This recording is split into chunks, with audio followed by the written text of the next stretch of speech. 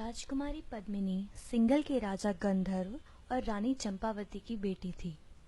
वो इतनी सुंदर थी कि उनकी खूबसूरती के चर्चे दूर दूर तक फैले हुए थे। उनके लिए एक योग्य वर का चुनाव करने के लिए राजा गंधर्व ने एक स्वयंवर आयोजित किया, जिसमें पद्मिनी की सुंदरता की कहानियां सुन के कई राजाओं ने भाग लिया। उन सभी राजाओं में चित्तौड़ के राजा रवल रतन सिंह भी शामिल थे, जिन्होंने बाकी सभी राजाओं को पराजित करके स्वयंवर को जीत लिया और राजकुमारी पद्मिनी ने भी उन्हें अपने पति के रूप में सहर्ष स्वीकार कर लिया। लेकिन ये खुशी ज्यादा दिनों तक नहीं चली। उस वक्त दिल्ली की सल्तनत पर बादशाह अलाउद्दीन खिलजी का शासन था। अलाउद्दीन खिलजी एक लालची और निर्दयी सुल्तान था, और जब उसके कानों में पद्मिनी की सुंदरता की तारीफें पड़ी, वो उसे पाने के लिए बेचैन हो उठा और उसने रानी को पाने के लिए चित्तौड़ पर आक्रमण कर दिया। उसने चित्तौड़ के किले को कई महीनों तक घेरे रखा। सुल्तान की सेना चित्तौड़ की सेना से गिनती, युद्ध कौशल और हथियारबंदी हर चीज में कई गुना आगे थी। लेकिन चित्तौड़ के किले की रचना इतनी कुशलता से की गई थी कि गिनती में कम होने के बावजूद चित्तौड़ के वीर सैनिकों को सुल्तान की सेना हरा नहीं पाई और किले के 7 दरवाजों में से एक भी दरवाजा नहीं तोड़ पाई। अब ऐसे में सुल्तान ने छल से काम लेने की सोची। उसने राजा रतन सिंह को ये संदेशा भिजवाया कि हमने रानी पद्मिनी की सुंदरता के बारे में बहुत सुना है। आप बस हमें एक बार उनकी एक झलक देखने दीजिए और हम किले से हट जाएंगे। राजा रानी पहले तो ये प्रस्ताव सुनकर अत्यंत क्रोधित हुए, क्योंकि किसी भी पर पुरुष के सामने एक विवाहित स्त्री का प्रत्यक्ष होना राजपूत मर्यादा के विरुद्ध था। लेकिन इतनी छोटी सी बात के लिए वो चित्तौड़ के वीर सैनिकों का खून भी नहीं बहाना चाहते थे। इसलिए उन्होंने एक बीच का रास्ता निकाला कि सुल्तान रानी को आईने में देख सकते हैं, जिससे कि राजपूत आन भी रह जाए और दिल्ली के सुल्तान की बात भी।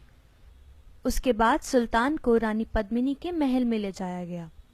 रानी पद्मिनी सरोवर के बीच बने अपने महल की सीढ़ियों पर आई और सुल्तान को उनके महल की दीवार पर लगे दर्पण पर उनका प्रतिबिंब दिखाया गया।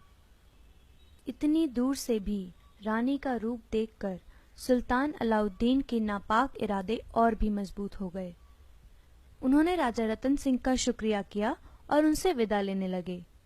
राजा को बातों में लगाकर सुल्तान उनसे किले के 7 द्वार पार करवा लाए, और जैसे ही वे आखिरी द्वार पर पहुंचे, जाल बिछाए तैयार सुल्तान के सैनिकों ने रतन सिंह को बंदी बना लिया और उन्हें दुर्ग के बाहर एक शिविर में कैद कर लिया। अलाउद्दीन खिलजी ने रानी पद्मिनी के लिए एक संदेश भेजकर ये शर्त रखी कि अगर वो उन्हें खुद को सौंप देती हैं तो वो रतन सिंह को आजाद कर देगा।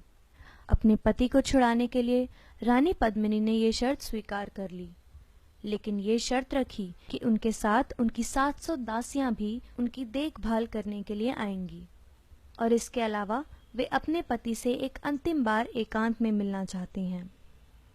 सुल्तान को इस शर्त से कोई समस्या नहीं थी, लेकिन वो ये नहीं जानता था कि रानी की दासियों के वेश में चित्तौड़ के छटे हुए सैनिक 700 पालकियों में स्त्री के वेश में बैठे थे और हर पालकी को उठाने का काम भी वीर सैनिक ही कर रहे थे।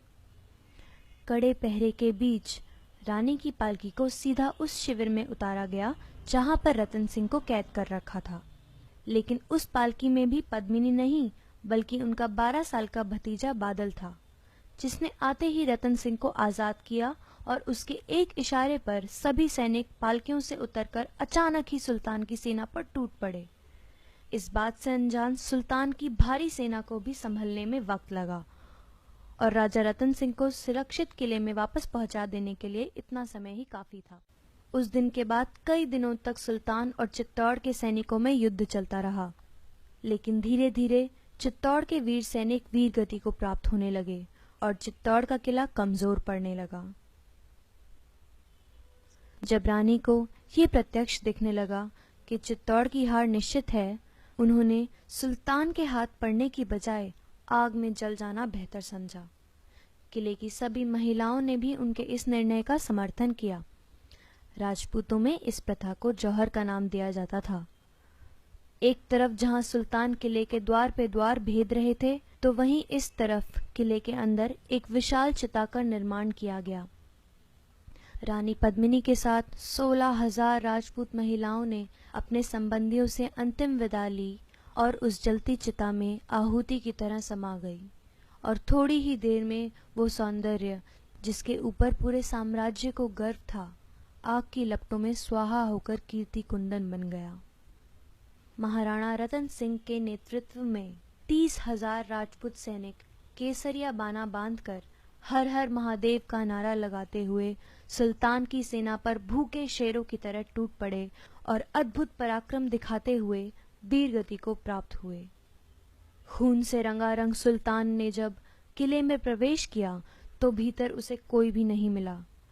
रानी पद्मिनी के जौहर की जीत हुई और ये जौहर इस बात का प्रतीक था कि भारत की स्त्रियों के लिए उनका सम्मान, उनका स्वाभिमान सर्वोपरि है।